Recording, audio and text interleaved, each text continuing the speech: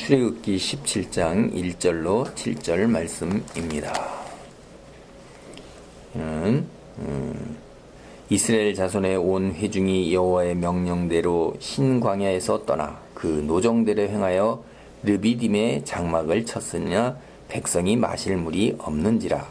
백성이 모세와 다투어 이르되 우리에게 물을 주어 마시게 하라.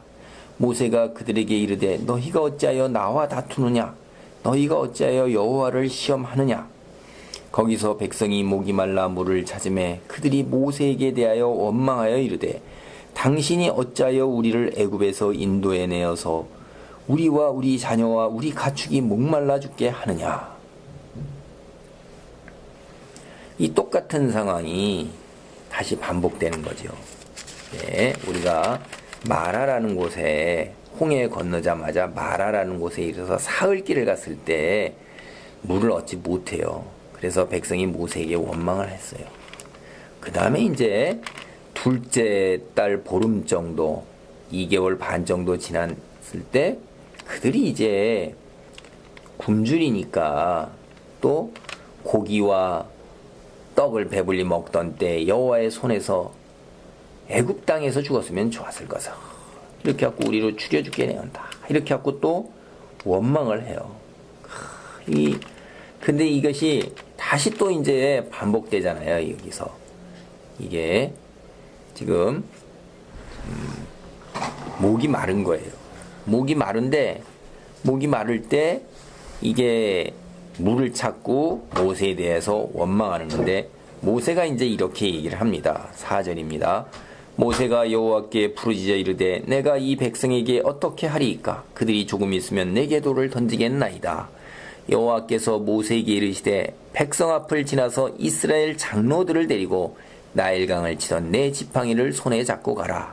내가 호렙산에 있는 그 반석 위 거기서 내 앞에 서리니 너는 그 반석을 치라. 그것에서 물이 나오리니 백성이 마시리라. 모세가 이스라엘 장로들의 목전에서 그대로 행하니라.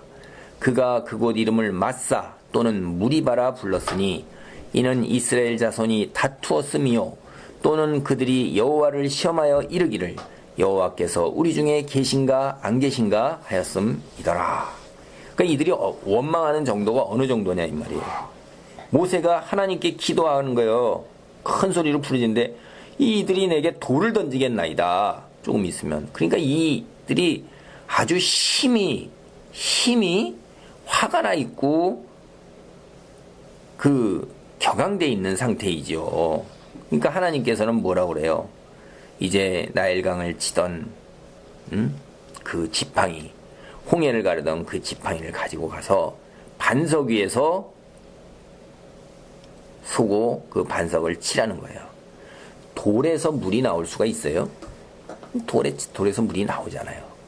그래서 그들이 그 물을 마시면서 이제 다투었다 하는 뜻이에요. 다투었다.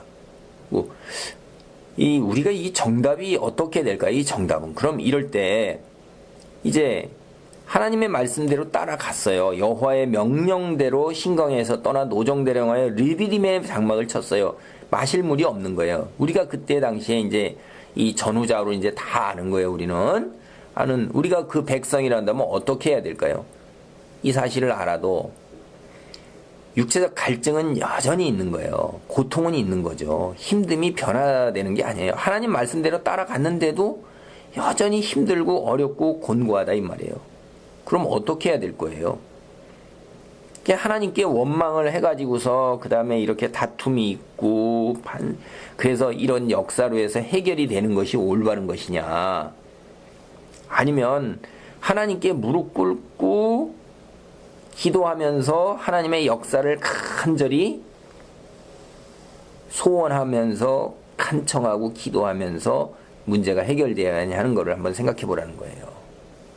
왜 하나님은 이렇게 똑같은 일이 계속해서 반복되는데 이게 구약의 역사 전체가 사실 이런 반복이에요. 왜 이렇게 이걸 다 그대로 적나라하게 기록을 해서 우리에게 보여주고 계실까 한번 생각을 해보세요. 이 목이 마르고 육체적 고통 속에서 하나님의 도우심을 간구해야 하는 것이 아마 정답일 것입니다. 하나님의 말씀대로 여호와의 명령대로 그 노정대로 행하였어도 그것이 순탄하면서 모든 일이 형통하면서 우리의 소원대로 이 땅에서의 모든 것이 형통한다. 그런 것은 아닌 것 같아요. 여기도 봐도. 근데 왜 하나님께서는 왜 우리를 그렇게 하실까요? 앞에서도 자꾸 얘기를 했죠. 여호와의 말씀을 지키는지 안 지키는지 살펴보신다는 거죠. 하나님께서 하여간 이 다투고 원망했을 때 반석에서 물이 샘솟는 기적을 보여주셨어요. 그러니까 이제 어떻게 돼요? 우리 중에 계신가 안 계신가 한 것이 이게 되게 머쓱한 거잖아요. 좀 더 멋있는 방법으로 하나님께 해결을 받았으면 스타일도 안 구기고 체면도 안 구기고 훨씬 더 멋있었을 텐데 이거 얼마나 꼴사나운 거예요. 이거 머쓱하고 정말 부끄럽고 창피한 거죠. 하나님께서 이렇게 우리를 훈련을 계속해서 해나가세요. 하나님만 의지하고 순종할 때 하나님께서 만나도 주시고 메추라기도 주시고 불기둥으로 인도하시고 구름기둥으로 인도하시고 이 땅에서 살아가는데 우리에게 필요한 것들을 넉넉하게 채우시고 공급하시는데 그러나 그것이 순탄하지만은 않다는 것. 때때로 우리의 믿음이 세상을 향해서 이들은 어디를 향해 가고 있어요? 애굽을 향해 가잖아요. 껐떡하면 이 사람들은 뭐예요? 애굽에서 살던 때가 좋았다. 이거는 애굽에서 살던 때는 육체적인 필요는 채웠죠. 광야 생활하는 것보다 잘 먹고, 잘 입고, 잠자리가 훨씬 편하고, 그렇죠. 그런데 그 신분이 뭐예요? 노예예요, 노예. 그리고 세상 속에서 그냥 죽어가는 거예요. 근데 이쪽에 나온 것은 지금 세상에서 누리는 애굽 땅에서 누리는 것은 그만 훨씬 못하지만 마음이 뭐예요? 자유인이고 해방인이에요. 그리고 하나님을 섬기는 기쁨이 있어요. 그런 것에서 우리가 이 세상의 것과 늘 대조되는 싸움을 여기서 하고 있어요. 보면 이들이 껐떡하면 말 꺼낼 때 뭐예요? 애굽 땅에서 고기가마 곁에서 풍족히 먹었을 때 그때가 좋았는데 이런 이야기를 계속.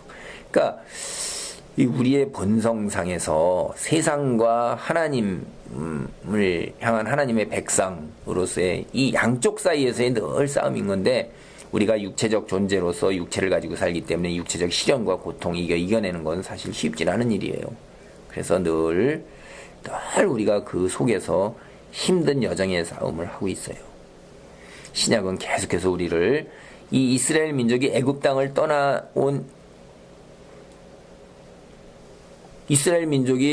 떠나온 이후로 계속해서 순례자라고 얘기를 하잖아요. 그럼 우리도 순례자라는 얘기를 계속해요. 잘 생각을 해보세요. 정착하지 못한 거예요. 그러니까 불편하지요.